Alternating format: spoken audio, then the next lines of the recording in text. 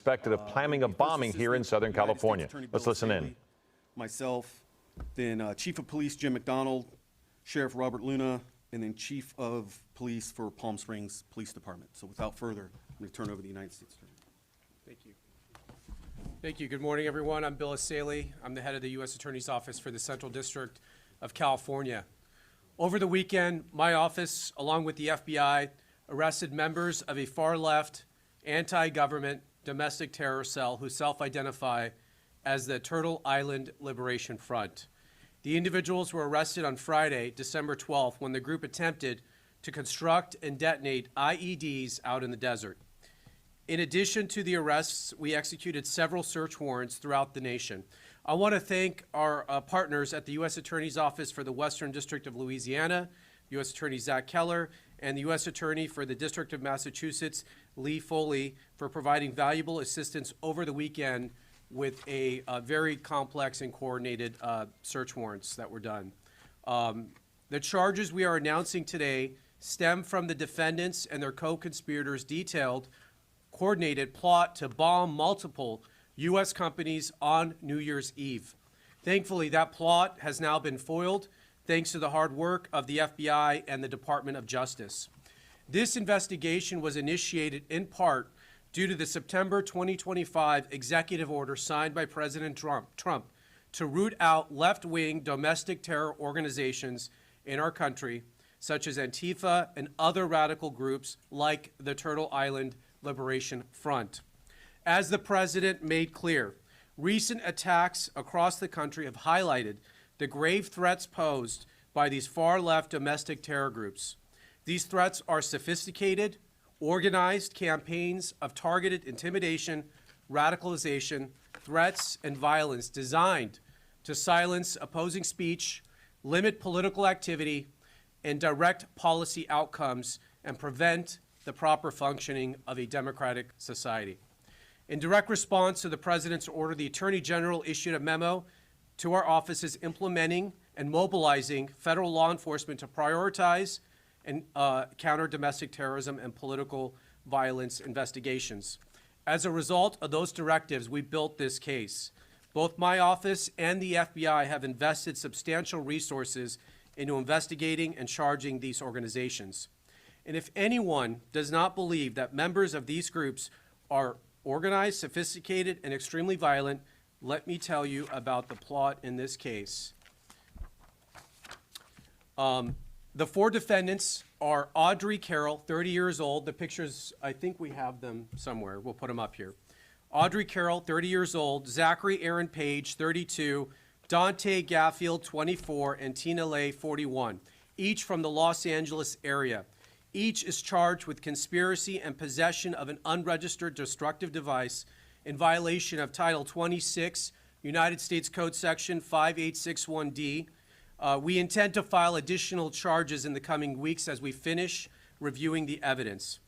The defendants are all radical anti-government members of the Turtle Island Liberation Front, which according to their own social media is an anti-capitalist, anti-government movement that calls for their associates to rise up and fight back against capitalism. One of the leaders of the organization, defendant Audrey Carroll, helped organize an even more radical faction of the group called the Order of the Black Lotus. Each of the defendants charged today was also a member of the Order of the Black Lotus. Carroll described this group to her co-conspirators as everything radical. As detailed in the federal complaint, which we will now make public, in November 2025, defendant Carroll created a detailed bombing plot to use explosive devices to attack 5 or more locations across Southern California on this upcoming New Year's Eve. Carroll and her co-defendant, Zachary Page, led the effort to obtain and build the bombs and to recruit others to join in their plot. Carroll's bomb plot was explicit. It included a step-by-step instructions to build IEDs or improvised explosive devices and listed multiple targets across Orange County and Los Angeles. Carroll also made clear her desires. She said, quote, "What we are doing will be considered a terrorist act." Carroll and Page also discussed plans for follow-up attacks after their bombings, which included plans to target ICE agents and vehicles with pipe bombs. Carroll stated that those plans would, quote, take some of them out and scare the rest. Throughout early December, the co-conspirators discussed their plans during an in-person meeting in Los Angeles and through an encrypted messaging application. As part of the plan, the 4 defendants planned to build test bombs in the Mojave Desert. You're going to hear more details about the bombs they intended to build and how the operation went down in the desert here shortly from the FBI Assistant Director in charge. In preparation for the plan, the co-conspirators purchased multiple pieces of bomb-making materials and discussed their travel plans to the desert. Last Friday, December 12th, the defendants took a significant step to carry out their plans. They traveled to the remote campsite, which you're going to see some video of, in the desert, and they began unloading their bomb-making materials to assemble and test the bombs. They had everything they needed to make an operational bomb at that location, and they were subsequently arrested by the FBI before they could build a functional explosive device.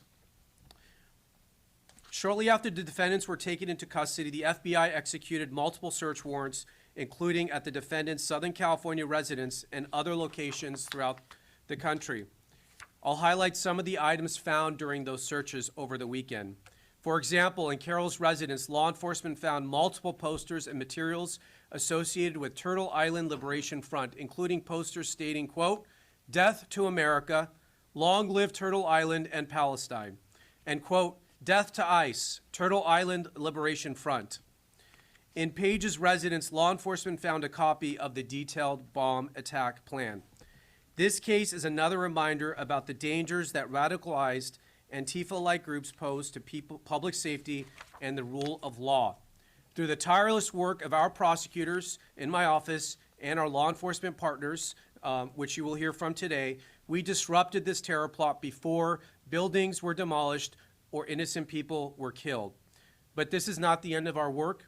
My office is committed to extinguishing the far-left terror threats that we face and will continue to work 24 hours a day, 7 days a week.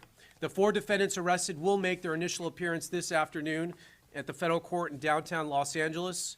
They are each considered innocent until proven guilty. I will now turn it over to the Assistant Director in charge of the FBI LA office, Akil Davis. Good morning.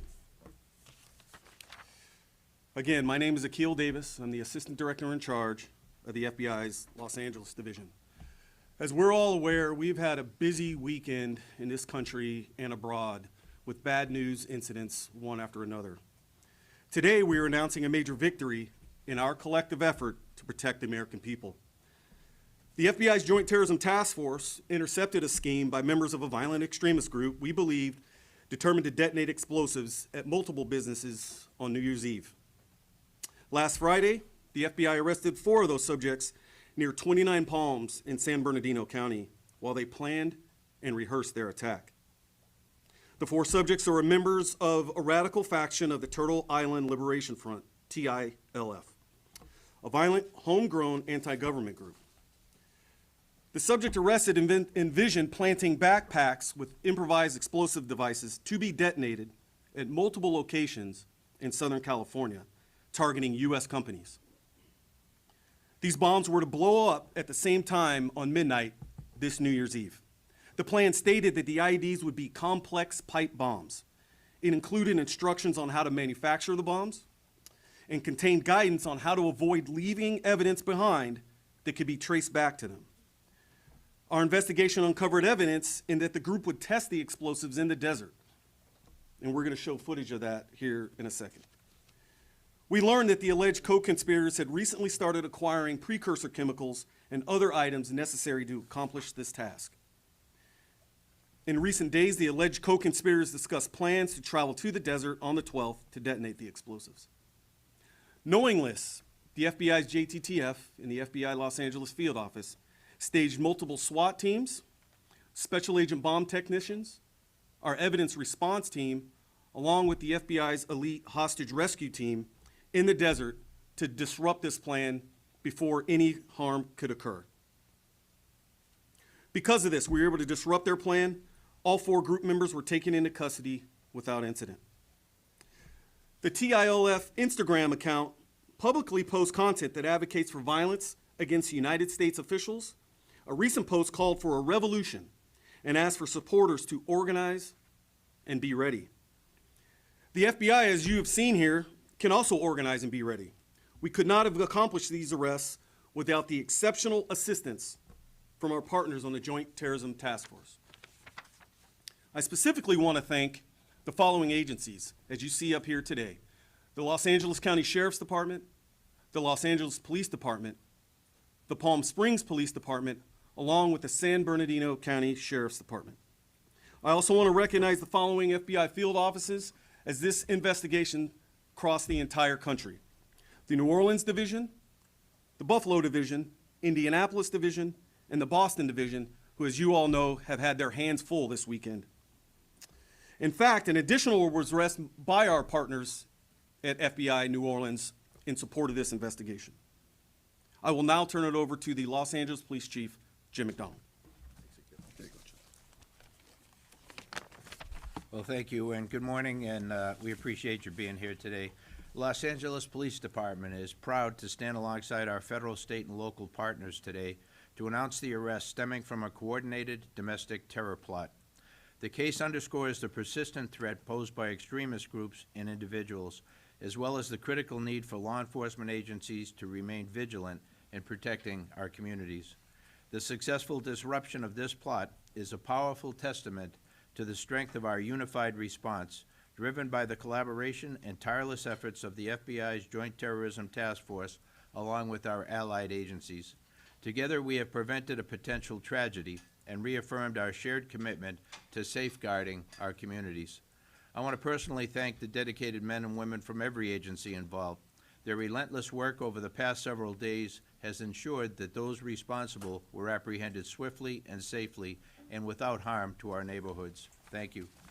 I'm going to call up Sheriff of Los Angeles County, Robert Luna.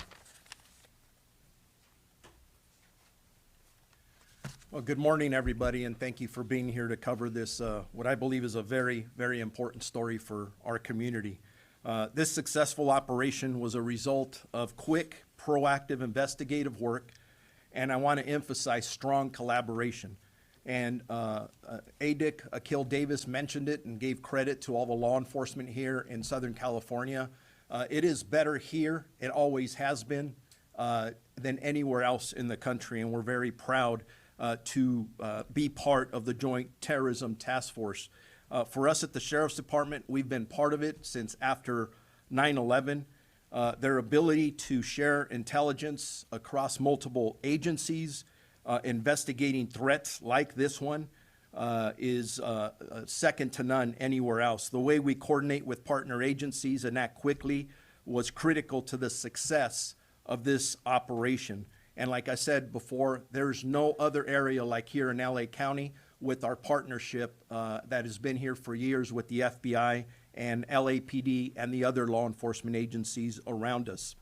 Since this threat was uncovered last week, our Sheriff's Task Force officers and intelligence analysts working closely with our law enforcement partners have been working around the clock to verify information, identify targets, and piece together this plot that you've heard described.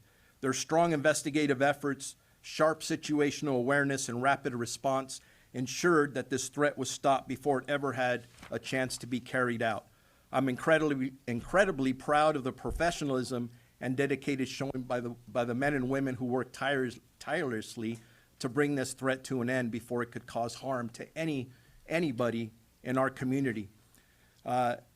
To our community, I know hearing about these incidents like this can be unsettling, especially in the light of the recent Brown University mass shooting and the Sydney, Australia terrorist attack. But today serves as a powerful reminder that strong collaboration between federal, state, and local law enforcement can prevent violence before it occurs. As we enter the holiday season, a time when families and friends come together across traditions, cultures, and beliefs, this incident is a stark reminder of the importance of vigilance and to be prepared at all times. Vigils whose goal is to divide us, to instill fear, and to target the very diversity that makes our country strong. I want to be very clear, what you see here, this investigative work and the follow-up that's been done shows that they will not succeed. Our community's diversity is our strength, and protecting every member of our community is our primary duty. Whether you are celebrating Christmas, Hanukkah, Kwanzaa, New Year's, or simply gathering with loved ones, you deserve to feel safe. We are committed to ensuring that safety today and every day. We remain dedicated to protecting our entire community through ongoing intelligence gathering and threat assessments, strengthening partnerships across all of our agencies, engaging with the public to promote awareness, vigilance, and resilience. And finally, I encourage everyone to stay alert, trust your instincts, and report suspicious activity. And as we always say in law enforcement, if you see something, read something, or say something, your awareness, your eyes, and ears can help us protect the entire community, as we did in this incident. I will now introduce the police chief of the Palm Springs Police Department, Andy Mills. Well, good morning, and first of all, thank you so much, Assistant Director Davis, for the spectacular job that the FBI did on this case. We were just in a very supportive role only, making sure that the FBI had what they needed in the desert to execute their mission. But on a larger perspective, I just want our community to know that this gives me hope. It gives me hope because of the unified effort of all of law enforcement, from the Sheriff's Office to LAPD, San Bernardino Sheriffs, and the FBI, working together to make sure that people like this are removed from the community so they can be prosecuted by the U.S. Attorney's Office, to make sure that all of us can live in peace. And this is what our mission is to make sure that there's hope in all of our communities. So thank you very much for the spectacular job that the A-team showed up and did. Yeah, I just want to reiterate that, obviously, there's some disagreements amongst our agencies over things like immigration enforcement, but when it comes to other areas of law enforcement where it matters to keep the public safe, whether that's protecting the girls on Figueroa Street or the Palm Springs investigation, there is no gap in the cooperation between the federal government and local government, and we do thank the sheriff, the police chiefs, for your valuable assistance. It would be very difficult for us to do a lot of what we do without their assistance, so I do want to thank you, each and every one of you. With that, we'll open it up to a few questions. Oh, we're going to play the video. All right, play the video. And this is, the video is, do you want to describe the video? Yeah, I'll describe the video. So, as I mentioned in my talking points, on December 12th, a group of individuals, again, members of this anti-government group, traveled out to the desert to test their explosive devices. They had precursor chemicals there, and they were going to create these bombs in the desert. What they are starting to do is put their chemicals and wares and the components out on the table there. This footage that you're watching is from our surveillance plane, and then what happened after this is the Los Angeles FBI SWAT team, along with the FBI's hostage rescue team, moved in and arrested all 4 subjects without incident. So now we'll take some questions. Yeah, we're not naming the victim companies, but I'll generally describe them as logistics centers. You can think of like Amazon-type logistics centers, but we're not naming the specific companies at this time. Can you elaborate on the locations? There were at least 5 locations that they intended to target within Orange County and Los Angeles County. Again, we're not giving out the specific sites, but they were willing and wanting to do more if they could recruit more members to their radical efforts there. You mentioned the arrest in New Orleans. Do you think that there are other people involved, or is it just other locations? There are definitely more members to this group. As far as who was specifically involved in this New Year's Eve terror plot, we believe we've arrested all the members who were specifically involved in that particular plot. We did execute search warrants to people who are also part of this group. As we review that evidence, if we determine that there are any other individuals who knew about this or provided any assistance, we will obviously be charging them as well. Person arrested in Louisiana is not directly tied to this incident, but he is a member of this group. And when they executed the search warrant out there, he he posed a great threat to the agents. He threatened the agents, and so that's why he's under arrest.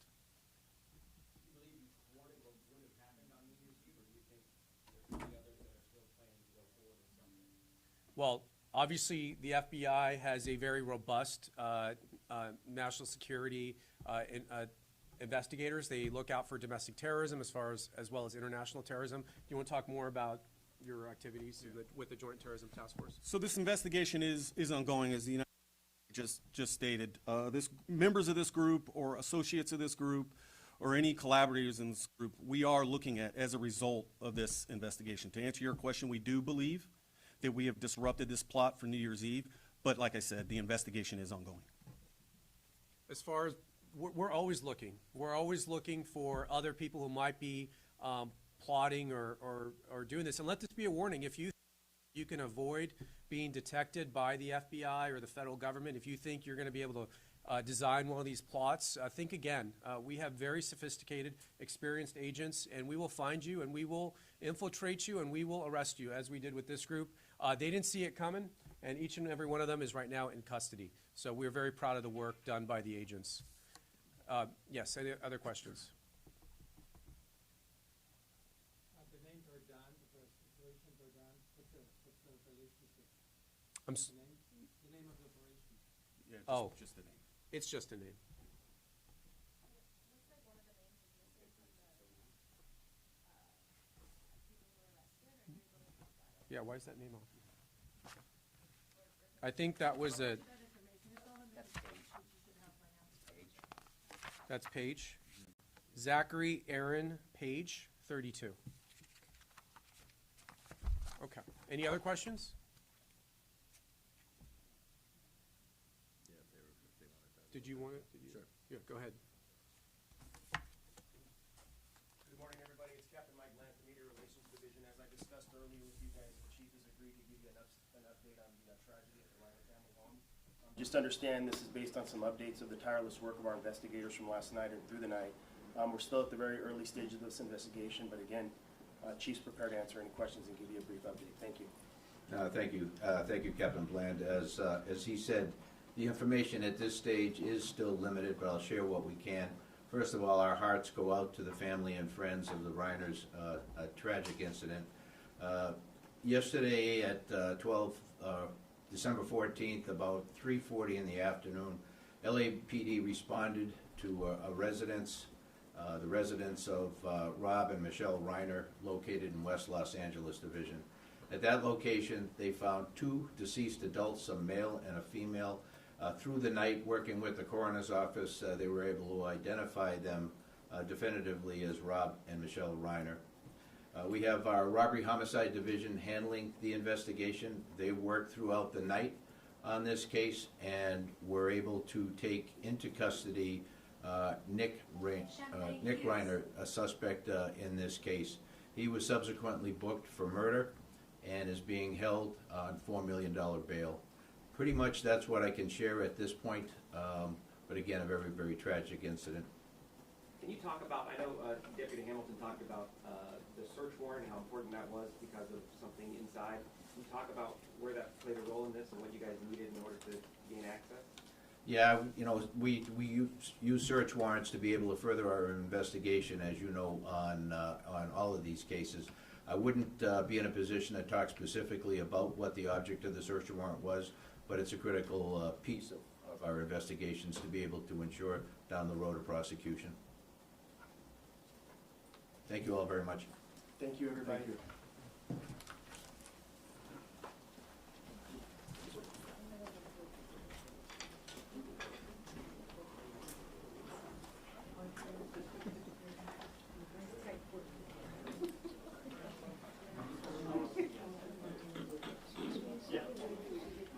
If anyone needs the complaint, you can email either myself or Miller or Kieran McAvoy with the U.S. Attorney's Office. Thanks.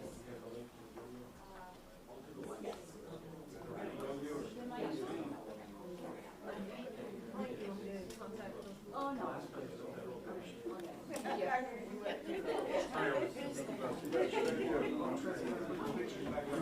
Thanks, everybody.